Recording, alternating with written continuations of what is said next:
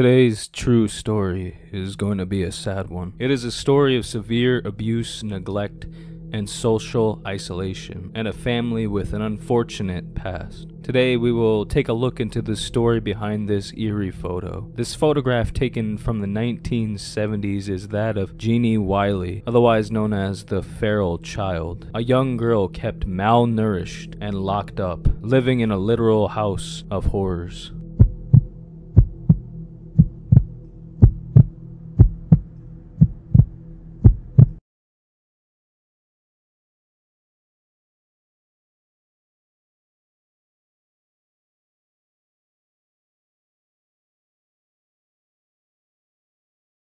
Genie was the last and also second surviving of 4 children born to parents living in Arcadia, California. Her father was a flight mechanic during World War II. Her mother had traveled as a stray, along with a group of family friends, to escape the Dust Bowl. Farmers in the southern Great Plains faced an environmental disaster in the early 1930s. Strong winds, natural to the area, blew the dust across the plains, darkening the skies and burying once productive farms. Genie's father had severe anger issues stemming from a traumatic childhood. His father died in a lightning strike, and his mother was the manager of a brothel. He rarely seen her. His mother had bestowed a rather feminine name on him. Given the time, he was usually picked on for this, a huge target for ridicule. This had caused extreme resentment for his own mother. Genie's mother, on the other hand, had neurological issues that came from a traumatic head injury sustained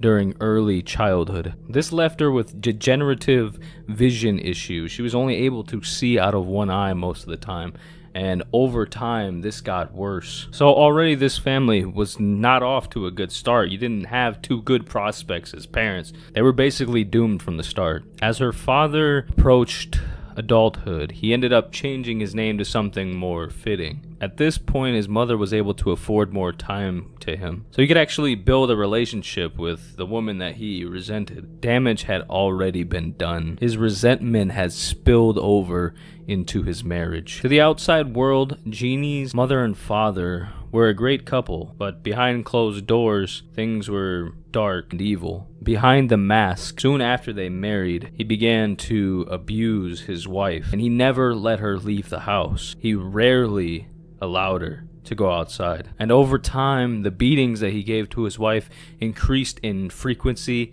and severity. As things get worse with her eye issue, she becomes more dependent on her husband, and this just makes things even worse. See, Genie's father didn't actually want children. He thought kids were nosy and all around just a nuisance. If there was anything he hated more than his own mother and his wife, it was kids. Nonetheless, 5 years into the marriage, they have their first child, a daughter. Tremendously, they actually gave birth to a healthy daughter. Given this entire time, he was beating his wife and keeping her hidden from the world. He even, at one point, towards the very end before the baby was born, tried to strangle his wife to death. What is extremely sad is what happened to their first daughter. Genie's father really didn't like children. Their first daughter would cry, like babies do.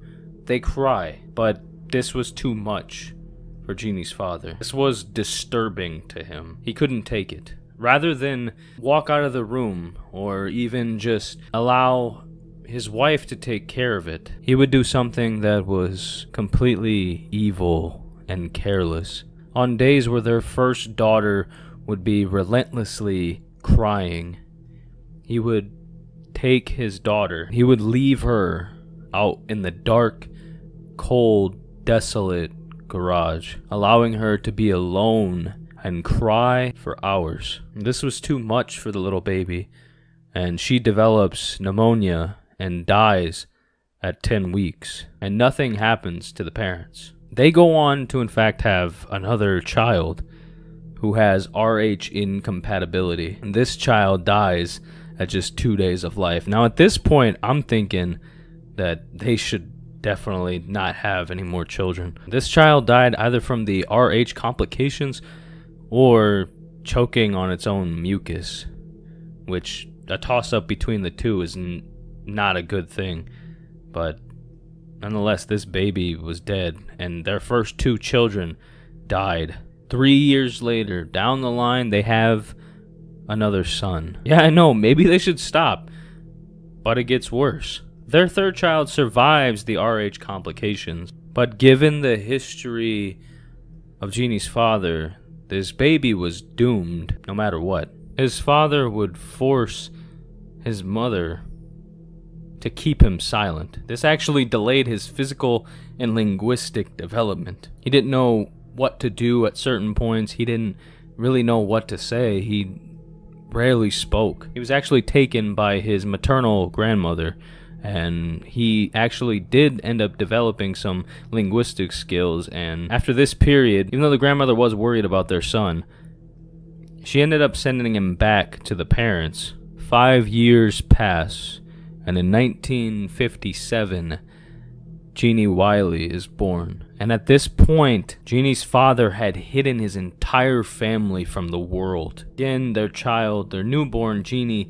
had RH complications. She required a blood transfusion around her birth, but otherwise was a normal, healthy baby. A few months in, doctors noticed that Genie has a issue with her hip, and she ends up having to wear a splint, which causes her to slowly develop physically. This makes it so it's kind of hard for her to learn to walk. To Genie's father, this makes him think that she is mentally challenged, thinking that her development is stunted, rather than some physical issue because of her complications at birth, whether it be because he beat his wife regularly. He believed that Genie was mentally challenged, and on the onset of finding this out, basically shuts her out. He gives her no attention. So when he finds this out, this is when the severe neglect begins. He did not speak to her, acknowledge her. He acted as if she was never there. And he forced his family to do the same. If they ever showed her any affection, he would threaten them or beat them. So this included no affection, no positive reinforcement. All negative, or nothing at all. No signs of love or kindness, no hugs, no touching, no holding, and rarely giving her eye contact. Her mother later told researchers that Genie was not accepting any solid food or responding in any way. She said she rarely spoke, and any of the words that she ever did mutter, her mother never remembered or actually paid attention to, because her mother at this point was under the fist of her father. So even if she wanted to acknowledge her own daughter, she couldn't. At 11 months, Genie had been determined that she was suffering from malnutrition. At 14 months, the pediatrician said that she actually might be mentally challenged. This only added to her father's suspicion, and he doubled down on his neglect and abuse of Genie. At 20 months old, tragedy had struck the family. Genie's paternal grandmother, the mother on her father's side, had died in a hit-and-run car accident. Genie's brother happened to be with his grandmother on that day, and for the simple fact that he was with his grandmother, the father blamed his son for his mother's death. It only gets worse from here because the driver that was involved in the hit-and-run accident only received probationary sentence for manslaughter and drunk driving. This drove Genie's father to madness. He felt society had failed him, and now he was determined to hide his family from everyone to protect them, but he did not realize his own actions. He couldn't fully grasp the lasting harmful effects that he was going to have on his own family and himself. He was blind at this point, blind with rage. He forces his family to pack up and move into his mother's 2-bedroom house. So when they get there, he makes it so that no one can touch his mother's car and no one should go into his mother's bedroom. He was going to keep these as a shrine to his mother. So in this house, the family would stay in a single room, the living room, which left 1 bedroom. And Genie's father did not consider her part of the family, so he isolated her from the rest, keeping her in 1 room. This is where things get pretty upsetting, so just letting you know. During these long days of confinement for the whole family, Genie received the worst of it. In this room she was in, there wasn't a whole lot. There was a child's crib, and for 13 hours of daytime, she was strapped to a child's toilet in this strange makeshift harness. This was something that Genie's father had forced her mother to make, and it was meant to keep her in one place, only allowing her to move her legs and her arms just a little bit, but she could not get away from where she was. She wore nothing else but a diaper during this entire period. This harness was nothing like a normal harness. It was more like a makeshift straitjacket. When night fell, things did not get better. He would tie her inside of a sleeping bag. Whereas she was strapped to the toilet, she had minimal movement, but in this sleeping bag, she was completely immobile. He stuck her in this sleeping bag, shoved her into a crib with a metal grate over the top. Her father was not even consistent on moving her. There were times where she would go days strapped to the toilet. He never took her to bed. He just forgot about her. Didn't care. In the beginning of moving, he would allow Genie to actually have some outside rec time, allowing her to go out in some sort of playpen in this very small area in their yard. And just like how he would leave her in the room, he would leave her outside for long periods of time, no matter what the weather was. So there were several attempts that Genie made to escape. To any sane person, their child trying to escape, they would realize that, they are doing something that is wrong, that should not be happening. He only saw it as a way to isolate her even more. The more she acted up and tried to escape outside, the less time she would get, and over time, he just stopped letting her go outside. And eventually, she was no longer allowed to leave the bedroom. If Genie ever vocalized or made any sort of noise, her father would beat her with a large plank that he kept in her room. To keep her quiet, he would actually bar his teeth and bark like a dog, like a wild dog, to keep her silent. He let his fingernails grow out so that he could scratch her. If he suspected her of doing something that he didn't like, didn't matter what it was, given the day, didn't matter, didn't want her doing, if she would do anything that he didn't like, he would make these strange noises outside the door to make her shut up, and if she did not remain quiet, he would go in and he would beat her. Making these noises actually instilled a deep fear of dogs and cats and many other animals for Genie, anything that resembled the sounds her father would make. This was a really dark form of manipulation. Genie's father could have sort of been role-playing as a guard dog, and this is why he probably made these noises. I mean, there's no actually telling why he did this. This man was already sadistic. It's like anything that he could have done to fuck with her head, anything that he could have done to mess with her. As a result, Genie realized that she should make as little noise as possible. And whether she wanted to or not, this was drilled into her head that she should make no outside expressions. This caused a lot of strange things to happen to her psyche. She'd have strange ways of dispensing her expression and her emotions, and she developed a tendency to masturbate in socially inappropriate contexts, whether it be randomly or just when she would get frustrated, she would try to pleasure herself.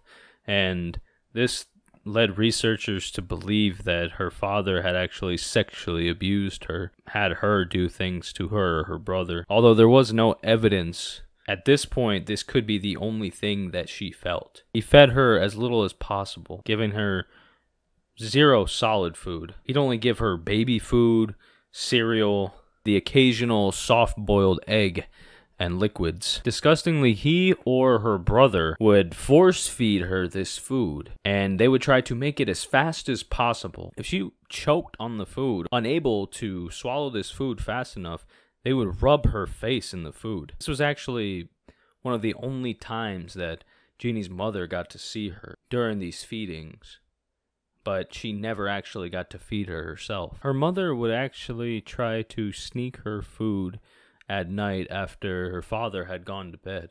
Around 11 p.m., she would come in and every now and again would give her just a little bit of food. But this ended up causing Genie to have irregular sleep patterns, and she would have times where she would just crash for a few minutes. Around the time she was supposed to go to bed, she would be up and she'd have to stay awake and, of course, make no noise. It wasn't just the noise of children that irritated Genie's father. He had a sensitivity to noise, so there was no TV in the house, there was no radio, nothing that made any noise. So there was no outside music, nobody was listening to anything. Also, no one spoke without his permission.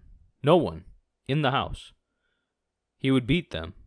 They would have to request permission or sort of awkwardly sit there silently until he started up a conversation. He was very particular on this. He wouldn't even allow Genie to hear any conversations. He would actually wait and tell his wife or Genie's brother to wait before they could have this conversation so that they could get away from Genie. And then they'd often whisper so that she could never hear any actual language being spoke. Putting nothing together, she could never develop those skills. Genie's father kept the room extremely dark. The only things in there were a crib, a chair, curtains on each of the windows, 3 other miscellaneous pieces of furniture, and 2 plastic rain jackets hanging on the wall. On rare occasions, and we're talking rare, maybe once a month, once every few months, he'd allow her to play with not toys, but plastic food jars, spools of thread. He'd let her rip apart TV magazines. Thinking of this room, imagine yourself in here. This is almost complete isolation. The only stimuli that she had in here, so the windows were both almost blacked out, and he had one window on the far side of the room that was slightly cracked open so that you could see a little bit of the sky and a little bit of the neighbor's house. And this allowed her to hear a few birds every now and then, a couple of cars passing by, distant conversations, but nothing of any substance. But to someone like this could probably be everything. It wasn't a whole lot, but it was something. There were no boundaries on the disturbing nature of Genie's father. Not only was he doing this to his family, he was keeping a backlog of everything that he did. All of the abuses, all of the attempts to keep his family away from everybody else.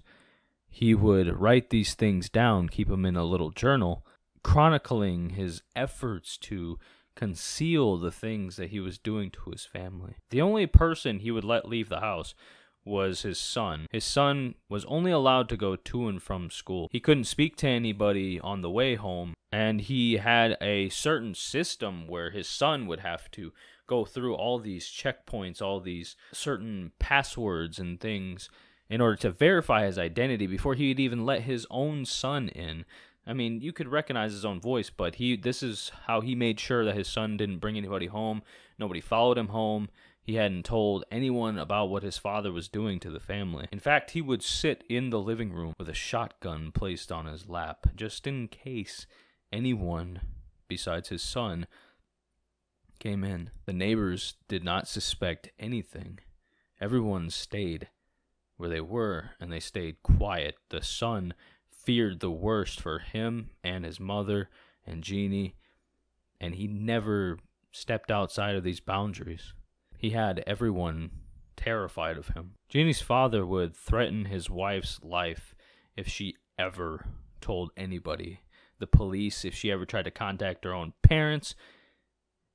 None of this was allowed. As his son would get older, he would force him to beat Genie to participate in this. He was fully convinced that Genie would die at the age of 12. This is what he believed. And he actually told his wife if Genie ever lived past the age of 12, that they could seek outside help for her.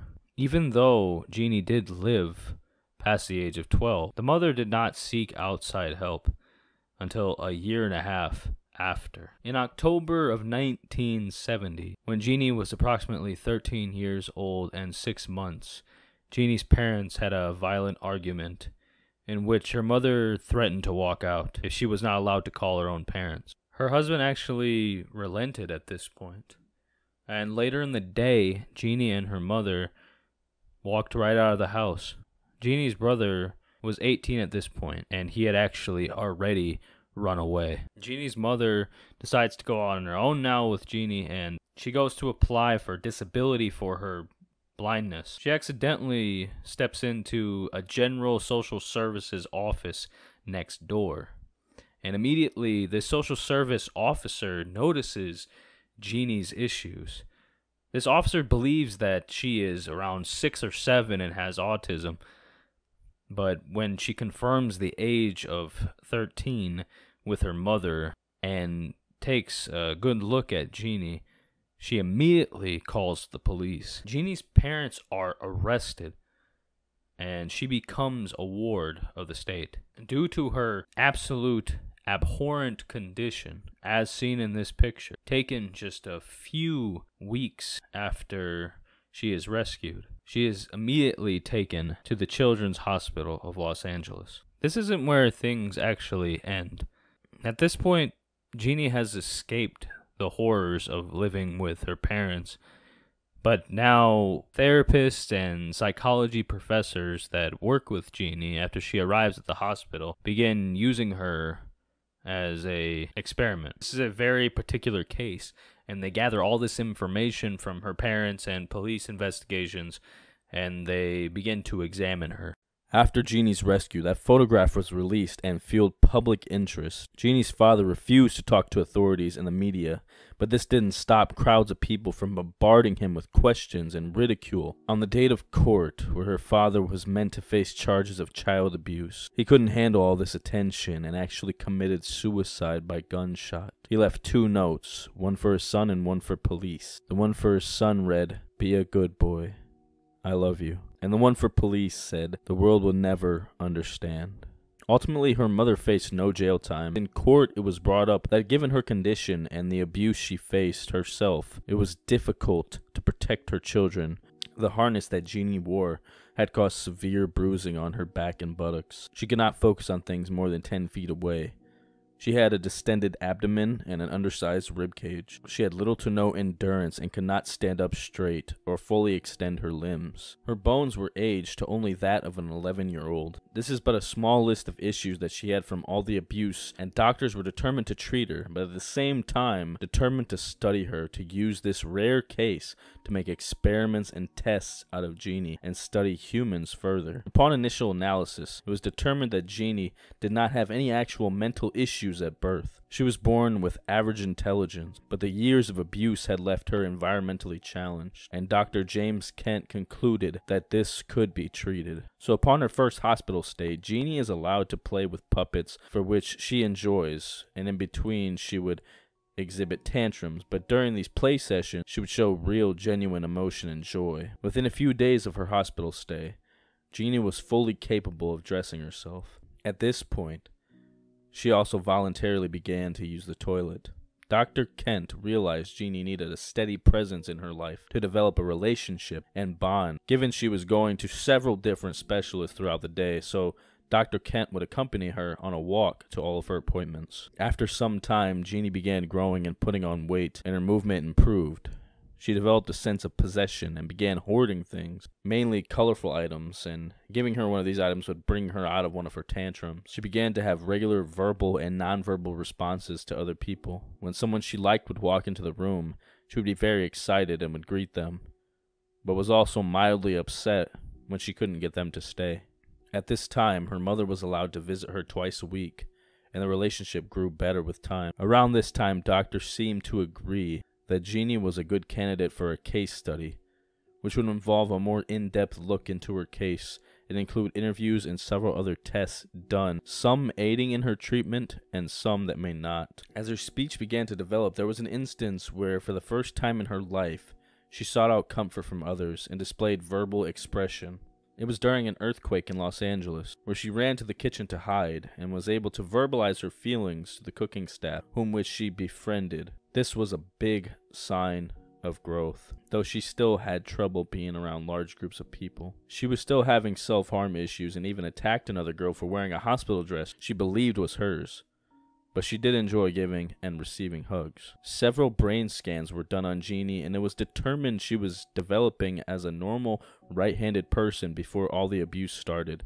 A discussion was rampant through the psychological circles at the time of the hypothesis that language was innate to humans and is what divided us from animals, and another hypothesis that language had a set period for which it could be developed and would end with puberty, and up until this point no such case had been brought upon them, given the impossibility due to ethical reasons. It couldn't be carried out because of the forced abuse and isolation it would take to properly study someone who had gone through this, so it was given the name the Forbidden Experiment. After this, it was set that the researchers would test these hypotheses on Genie. The one hypothesis about puberty being the end of the tunnel for language development was blown out of the water, as Genie was still developing her skill far into puberty. Genie's special education teacher at the hospital, Jean Butler, had taken Genie to her home. Jean Butler had no children and had a very special connection with her. During Genie's stay with Butler, she started speaking more and was having genuine conversations, displaying her ability to form her own thoughts. She was able to express her anger through words. At this point, Genie's biological mother had corrective surgery on her eyes, restoring her vision, and Butler had began to resist visits from researchers, whom she felt wore down Genie, who she now realized was developing just fine under her care. This ultimately would come down on Butler, as it was forbidden for the hospital staff to become parents of the patients they were treating.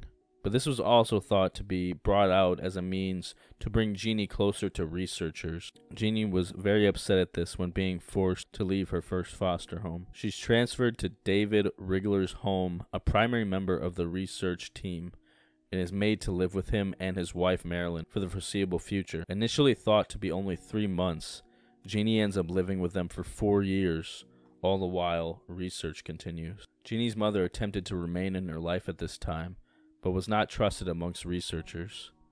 It seemed to everyone that her mother didn't fully understand that she played a major role in the abuse that happened to Genie, and researchers believed she had hid things from them and told stories that were not entirely true in order to appear like a victim herself or to take away from the severity of the situation. Her mother quickly formed the opinion that researchers were trying to ostracize her because she was hindering the research.